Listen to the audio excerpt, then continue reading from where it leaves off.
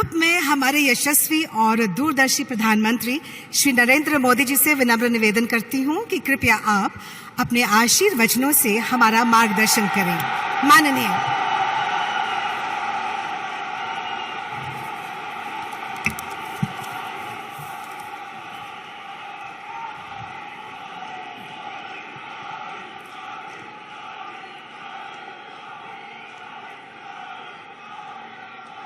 भगवान श्रीनाथ जी की जय। राजस्थान के गवर्नर श्री कलराज मिश्रा जी,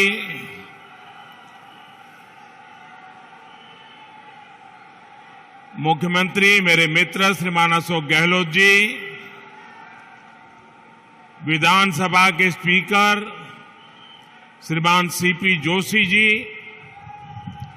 राज्य सरकार के मंत्री श्री भजनलाल जाटव जी, संसद में मेरे साथी और राजस्थान भाजपा के अध्यक्ष श्री चंद्र प्रकाश जोशी जी, संसद में सारे साथी बहन दिया कुमार जी, संसद के मेरे साथी श्रीमान कनकमल कटारा जी, सांसद श्री अर्जुनलाल मीना जी, कार्यक्रम में उपस्थित अन्य सभी महानुभाव और राजस्थान के मेरे प्यारे भाई और बहनों,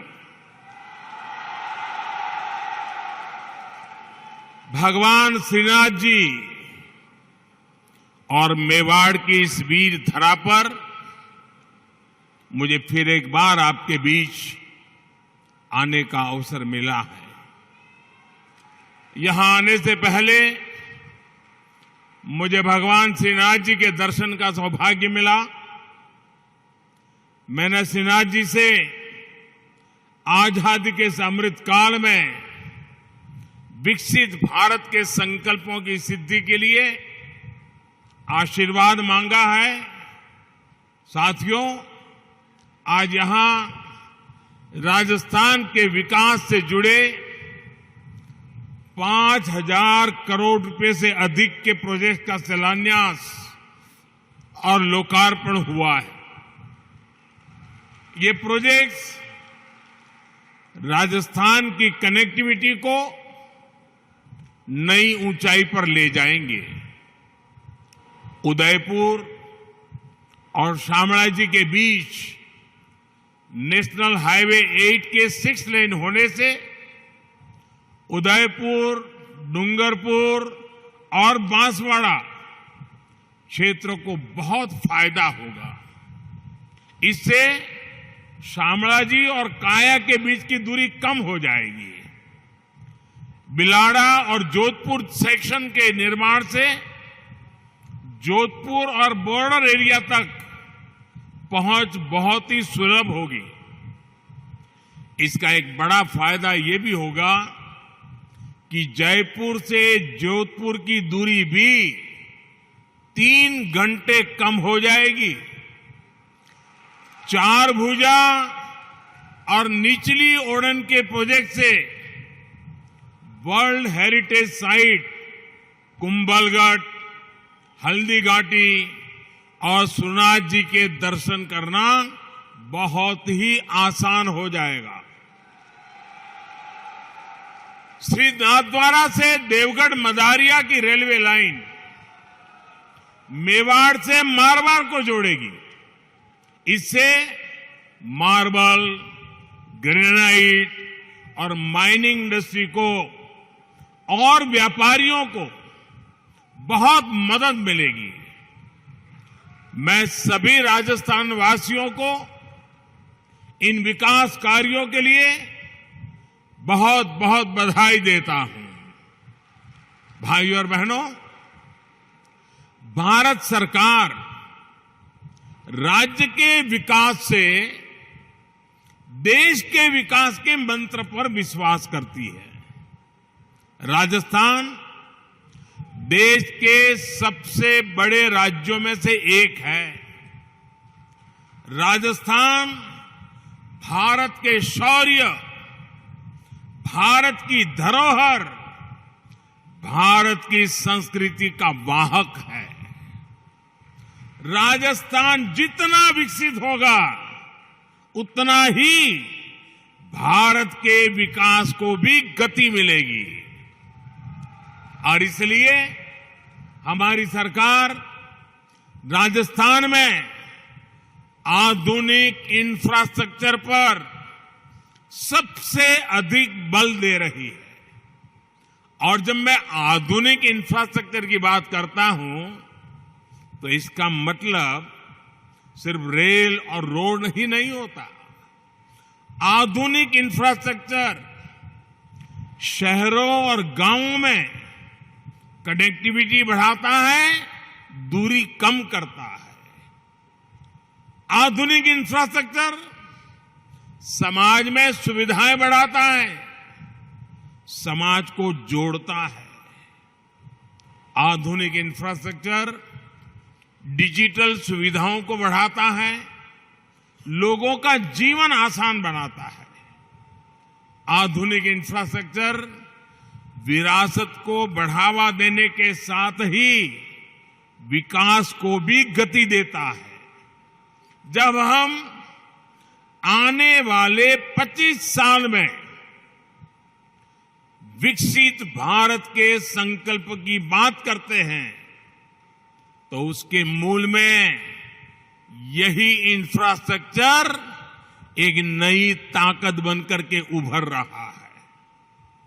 आज देश में हर तरह के इंफ्रास्ट्रक्चर पर अभूतपूर्व निवेश हो रहा है, अभूतपूर्व गति से काम चल रहा है। रेलवे हो, हाईवे हो, एयरपोर्ट हो, हर क्षेत्र में भारत सरकार हजारों करोड़ रुपए निवेश कर रही है। इस साल के बजट में भी भारत सरकार ने इंफ्रास्ट्रक्चर पर 10 लाख करोड़ रुपए खर्च करना तय किया है। साथियों, जब इंफ्रास्ट्रक्चर पर इतना निवेश होता है तो इसका सीधा प्रभाव उस क्षेत्र के विकास पर होता है, उस क्षेत्र में रोजगार के अवसरों पर होता है। जब नई सड़कें बनती हैं, नई रेल लाइनें बनती हैं, जब गांव में पीएम आवास योजना के करोड़ों घर बनते हैं, करोड़ों शौचालय बनते हैं, जब गांव में लाखों किलोमीटर ऑप्टिकल फाइबर बिछता है, हर घर जल इसके लिए पाइप बिछाया जाता है, तो इसका लाभ जो स्थानीय छोटे मोटे व्यापारी होती हैं, जो इस प्रकार की चीजों को सप्लाई करते हैं, उन छोटे मोटे दुकानदारों को भी, उस इलाके के श्रमिकों को भी इसके कारण बहुत लाभ मिलता है। भारत सरकार की इन योजनाओं ने अर्थव्यवस्था को एक नई गति दी है। लेकिन साथियों, हमारे देश में कुछ लोग ऐसी विकृत विचारधारा के शिकार हो चुके हैं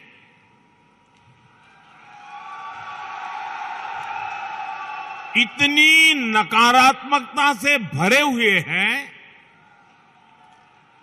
देश में कुछ भी अच्छा होता हुआ वो देखना ही नहीं चाहते और उन्हें सिर्फ विवाद खड़ा करना ही अच्छा लगता है। अब आपने कुछ सुना होगा, जैसे कुछ लोग उपदेश देते हैं कि आटा पहले कि डाटा पहले, सड़क पहले कि सैटेलाइट पहले। लेकिन इतिहास गवाह है कि स्थायी विकास के लिए, तेज विकास के लिए मूल व्यवस्थाओं के साथ ही आधुनिक इंफ्रा बनाना भी जरूरी होता है। जो लोग कदम कदम पर हर चीज वोट के तराजू से तोलते हैं, वो कभी देश के भविष्य को ध्यान में रखकर योजना नहीं बना पाते। हम कई बार देखते हैं गांव में पानी की टंकी बनी, लेकिन वो 4-5 साल में ही छोटी पड़ जाती है। कितनी सड़कें या फ्लाईओवर ऐसे होते हैं जो 4-5 साल में अपर्याप्त लगने लगते हैं। हमारे देश में इसी सोच की वजह से इंफ्रास्ट्रक्चर के निर्माण को प्राथमिकता नहीं दी गई। इसका बहुत नुकसान देश ने उठाया है।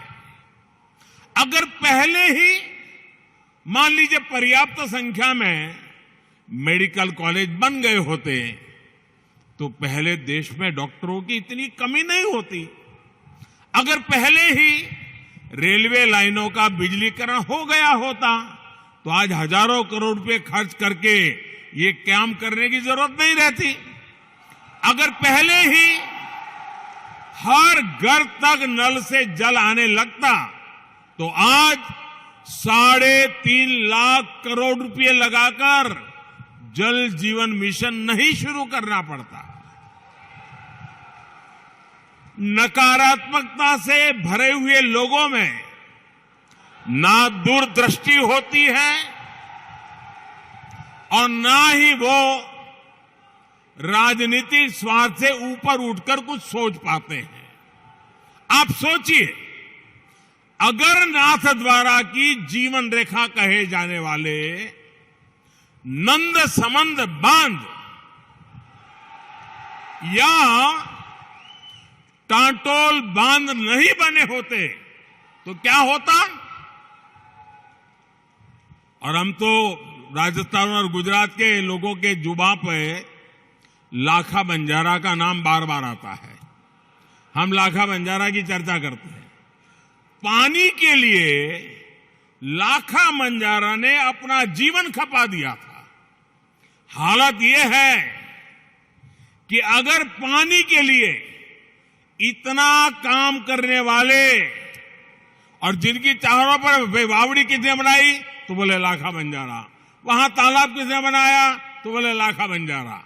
ये गुजरात में भी बोला जाता है, राजस्थान में बोला जाता है। मतलब हर एक को लगता है कि पानी की समस्या का समाधान कोई करता था तो लाखा बंजारा करता था। लेकिन आज हालत यही है कि यही लाखा बंजारा चुनाव में खड़ा हो जाए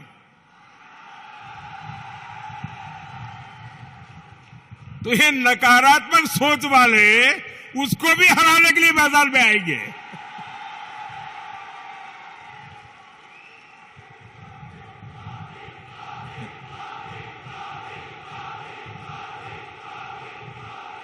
उसके लिए भी पॉलिटिकल पार्टियों का जमघट इकट्ठा करेंगे। साथियों, दूरदृष्टि के साथ इंफ्रास्ट्रक्चर नहीं बनाने का नुकसान राजस्थान ने भी बहुत उठाया है। इस मरुभूमि में कनेक्टिविटी के अभाव में आना जाना कितना मुश्किल होता था, ये आप भली भांति जानते हैं।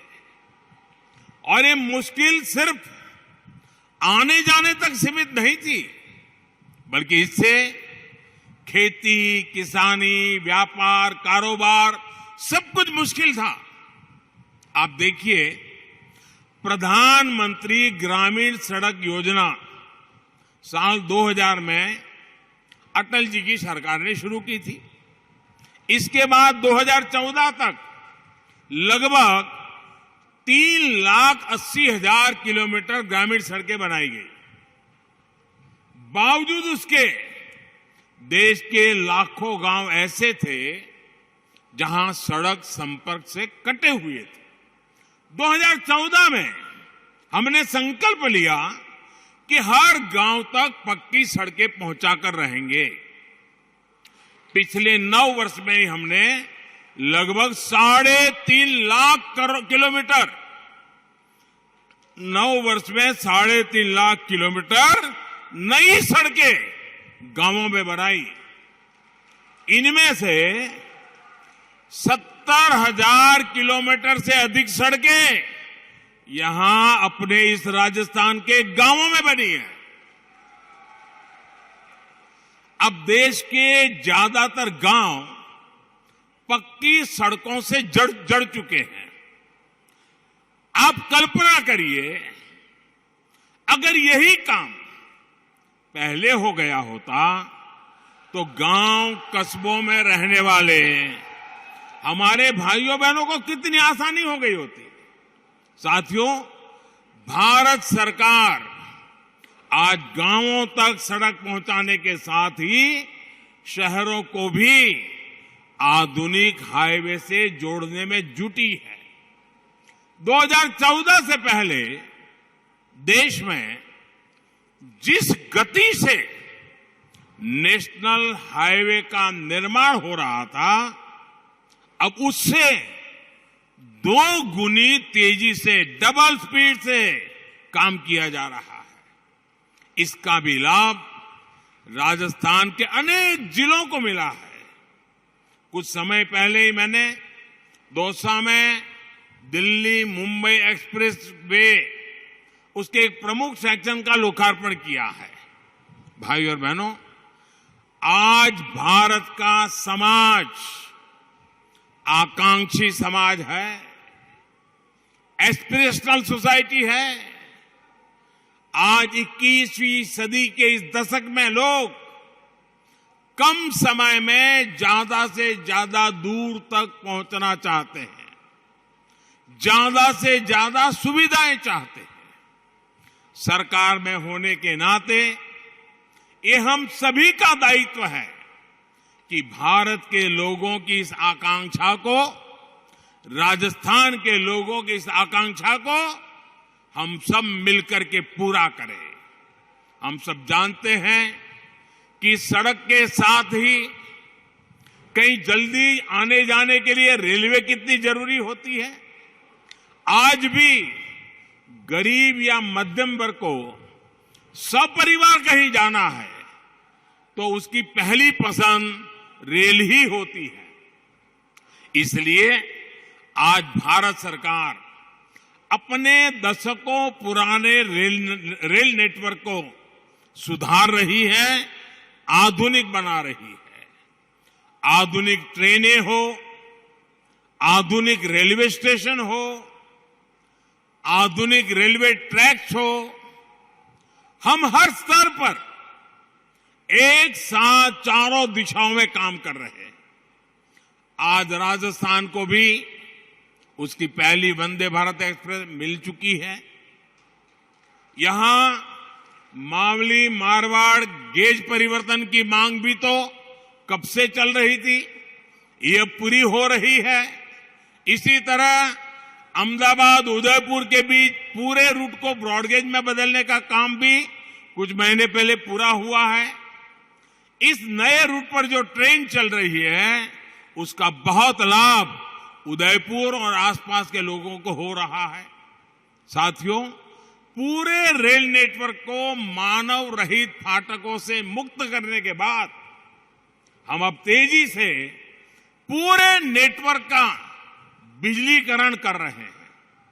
हम उदयपुर रेलवे स्टेशन की तरह ही देश के सैकड़ों रेलवे स्टेशनों को आधुनिक बना रहे हैं, उनकी कैपेसिटी बढ़ा रहे हैं और इन सबके साथ ही हम मालगाड़ियों के लिए special track, dedicated freight corridor बना रहे हैं।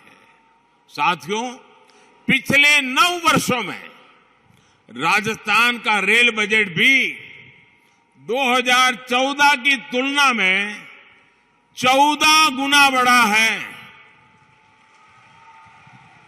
बीते 9 वर्षों में राजस्थान के लगभग 75% रेल नेटवर्क का बिजलीकरण किया जा चुका है।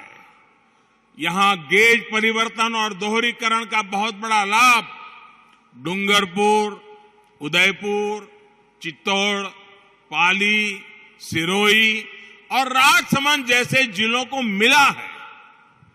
वो दिन दूर नहीं जब राजस्थान भी रेल लाइनों के 100% बिजलीकरण वाले राज्यों में शामिल हो जाएगा। भाई और बहनों, राजस्थान की बेहतर होती कनेक्टिविटी से यहां के टूरिज्म को, हमारे तीर्थ स्थलों को बहुत लाभ हो रहा है। मेवाड़ का एक क्षेत्र तो हल्दी घाटी की भूमि है। राष्ट्र रक्षा के लिए राणा प्रताप के शौर्य, बामा शाह के समर्पण और वीर पन्नाधाय के त्याग की गाथाएं इस मिट्टी के कण कण में रची बसी है।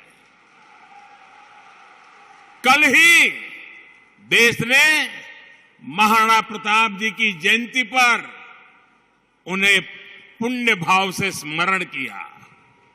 अपनी विरासत की इस पूंजी को हमें अधिक से अधिक देश दुनिया तक ले जाना आवश्यक है। इसलिए आज भारत सरकार अपनी धरोहरों के विकास के लिए अलग अलग सर्किट पर काम कर रही है। कृष्णा सर्किट के माध्यम से भगवान श्री कृष्ण से जुड़े तीर्थों को, उनसे जुड़े आस्था स्थलों को जोड़ा जा रहा है। यहां राजस्थान में भी गोविंद देव जी, खाटू श्याम जी और श्रीनाथ जी के दर्शनों को आसान बनाने के लिए कृष्ण सर्किट का विकास किया जा रहा है। भाई और बहनों, भारत सरकार सेवा भाव को ही भक्ति भाव मानकर दिन रात काम कर रही है।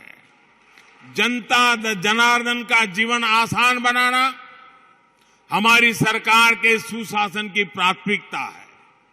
हर नागरिक के जीवन में सुख, सुविधा और सुरक्षा को कैसे विस्तार हो, इसके लिए निरंतर काम चल रहा है।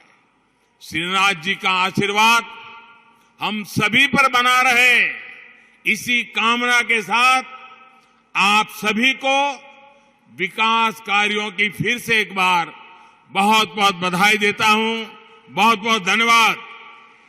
भारत माता की, भारत माता की, भारत माता की। धन्यवाद।